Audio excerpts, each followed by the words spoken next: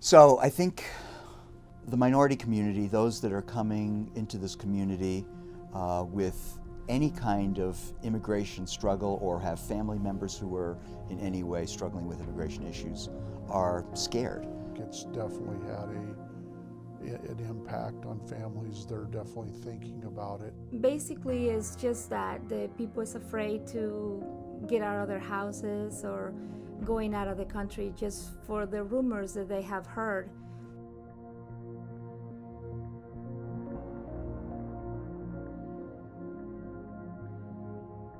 Most of his policies have come, President Trump's policies have come in the form of executive orders or executive action, and a variety of those have been blocked by the courts. So really nothing that has occurred specific from President Trump's office has impacted the city of Storm Lake. However, the conversation about potential legislation, about a shift in the philosophy on immigration enforcement and who might be targeted by ICE agents and things like that, has certainly caused stress amongst a variety of immigrant populations in Storm Lake and across our state and across our nation. So I think the minority community, those that are coming into this community with any kind of immigration struggle or have family members who are in any way struggling with immigration issues, are scared. They're scared about what the Trump administration might do, what border protection and immigration and what the immigration authorities will be doing in relationship to their status.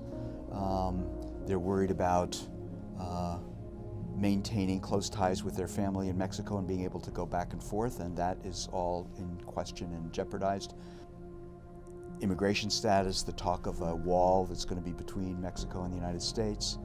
But it's not just our Mexican community, other Hispanics are in a similar situation, and it's also true that immigration status for any immigrants in the city of Storm Lake, of which we have a large number, not just from Mexico, they are also, I think, worried, and rightly so and fairly so, that they're just not sure exactly what the Trump administration will do about deportations, mass deportations, looking for people who are legal documentation about what their status is and following up and potentially deporting people.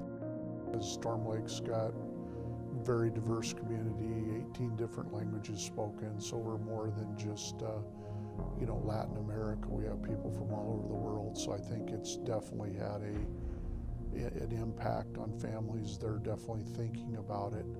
Now, in regards to specific issues with travel bans, I know that I've talked to some people that have relatives in other countries, and a lot of them are thinking whether they really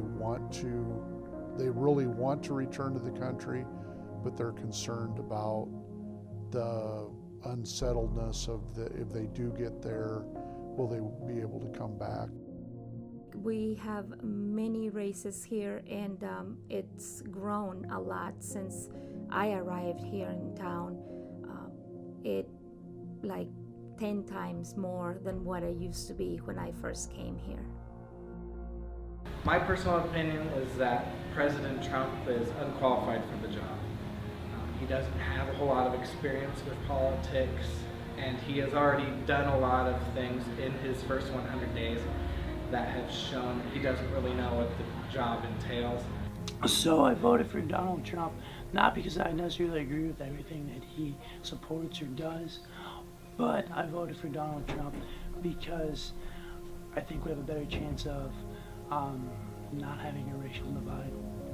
My honest opinion on Donald Trump is that he's a businessman and he knows what's good for business and he tries to be there for other people.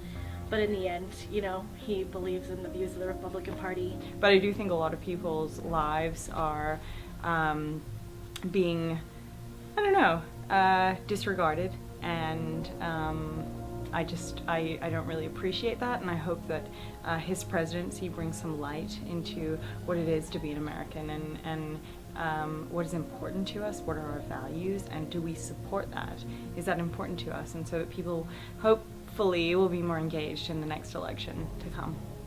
As a Latina from Chicago suburbs, I was very depressed to be in very Republican Iowa as Donald Trump won. Yeah, I wish I was in Illinois. There was protests, there was stuff downtown that people vented about and stuff, and I don't think our school even really acknowledged it or really had a talk about it. But it's depressing what he's doing with this world. But whatever, he's a bigot, he's racist, he's the worst person that we could have put in, and I don't know how people still stand behind him after everything he's done, but that's just my personal opinion. But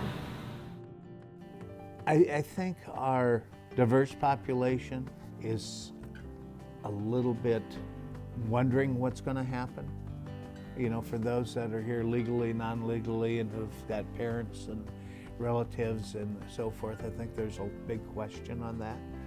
Do I think that we're actually going to get a wall built? No. Do I actually think we're going to take people and send them back? No. I mean, I think it would be, I think that's an over-exaggeration.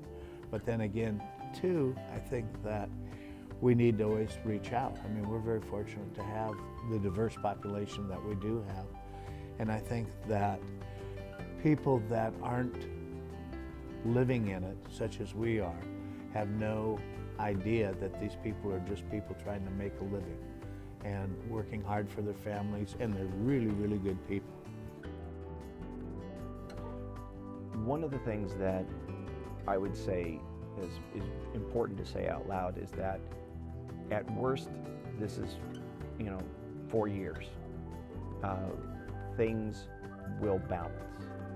A sense of panic or a sense of urgency to make changes in the world as we live it right now here should be avoided. Beatty County, Storm Lake are very fiscally solid communities. We have great employers. We have great schools. We've got a great college. We've got a lot of things that anybody else in the state would like to have.